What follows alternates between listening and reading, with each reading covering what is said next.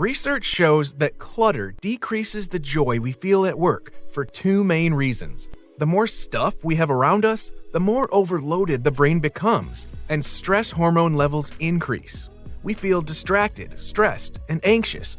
We spend hours looking for misplaced items in the office. Second, when we're inundated with things, information, and tasks, we lose our sense of control and our decision-making ability is impaired.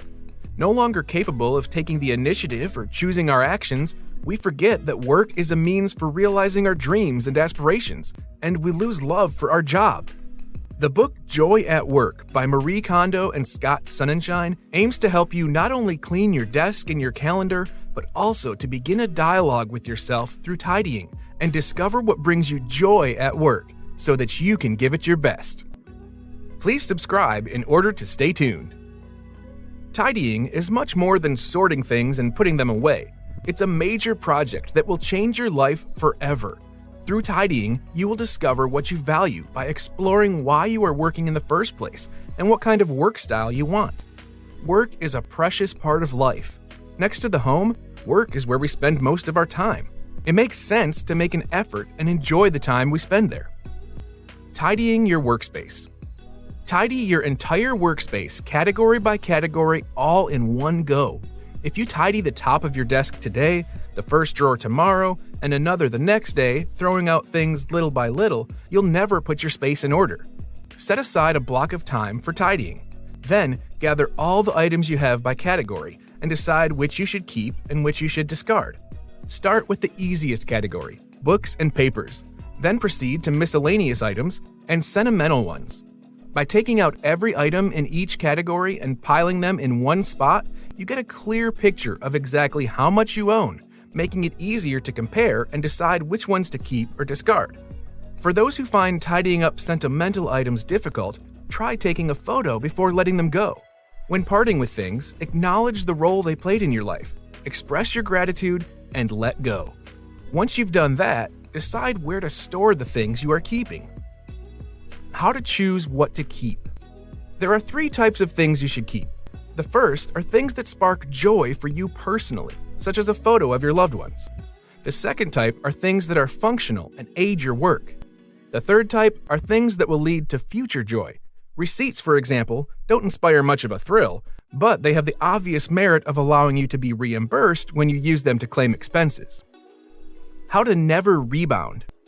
A category which is especially tricky when it comes to rebound is papers. Even if you tidy up, papers are bound to pile up again quickly. Follow these 3 rules of storage so you'll never return to paper clutter. 1. Categorize every paper down to the last sheet. Discard everything that's not absolutely necessary. 2. Store your papers upright. Put each category of papers in a separate folder and store them in a filing cabinet or upright in a filing box placed on a shelf. Storing them this way makes it easy for you to see how many papers you have, and you don't waste time looking for the documents at the bottom of a pile. 3.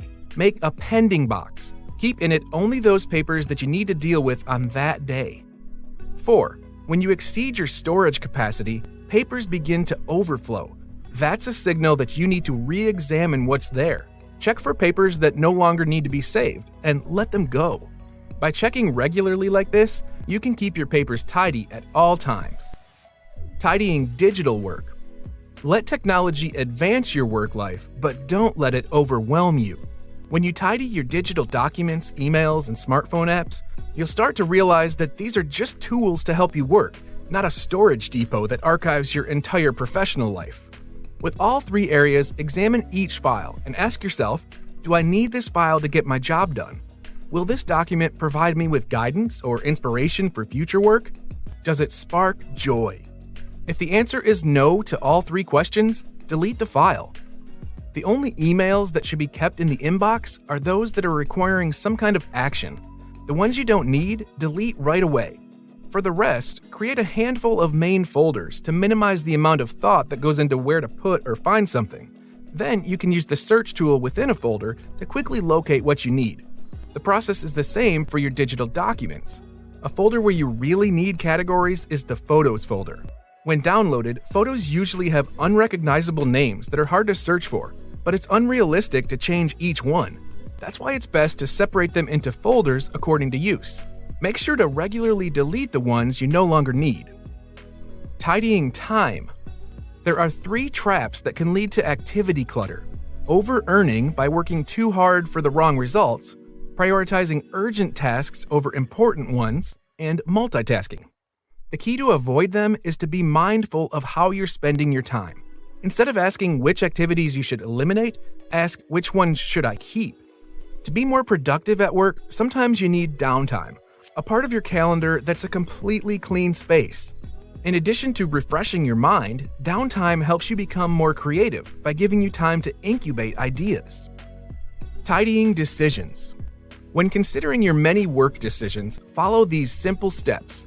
Forget about the small decisions. Sort and organize the medium decisions, and reserve your mental energy for the high-stakes ones. Automate as many low-stakes decisions as you can, like wardrobe and breakfast choices, ordering supplies, and setting meetings. Also, remember that in most cases, a good enough decision is good enough. Striving for perfection is often unnecessary and comes at a cost. When your decisions are freed from the clutter of an overwhelming number of choices, you can connect to what you're trying to accomplish, and difficult decisions suddenly feel easier to make. Tidying your network. It's easy to think of networking, whether in person or online, as an exercise in gaining as many connections as possible: phone contacts, Facebook friends, Instagram followers, LinkedIn ties, etc. There is a big difference, though, between having a network full of valuable contacts and having a network full of valuable contacts truly willing to help. Large networks make it difficult to form meaningful connections. Studies conclude that people can reasonably handle about 150 meaningful connections. Beyond that, it's hard to genuinely know people in your network. So tidy your relationships platform by platform, leaving only connections you need for your job, connections that can advance your work-life vision, and the ones that bring you joy. After that, you'll have enough time and mental space to stay in touch with the people who are really important to you, and who put a smile on your face whenever you think of them. Show care for the workplace. Ask yourself, what small things can I do to show care for the workplace? It could be as simple as occasionally cleaning up a dish in the kitchen. If a meeting is turning into a mess, what can you say to get it back on track? If an email chain has gotten out of control, how can you focus it? Although you can't force tidying upon others, you can inspire them by sharing all that you have accomplished. Invite colleagues to check out your workspace. Talk about your approach to managing your email and calendar. Let people know how you've avoided getting bogged down by too many decisions. Spread the joy that comes from tidying one step at a time. The true value of tidying up is far more than feeling fantastic about your nice clean desk or seeing your work efficiency improve. Tidying up allows you to rediscover your own self. When you face each item you possess one by one and ask yourself if it sparks joy or if it will contribute to a joyful future, you begin to see quite clearly what you really want and what makes you happy. By the time you have finished tidying, your mindset, your behavior, and the choices you make have changed. As a result, your life becomes more joyous and fulfilling. If you enjoyed this video, make sure to check out our summary of The Happiness Project by Gretchen Rubin. Thank you for watching.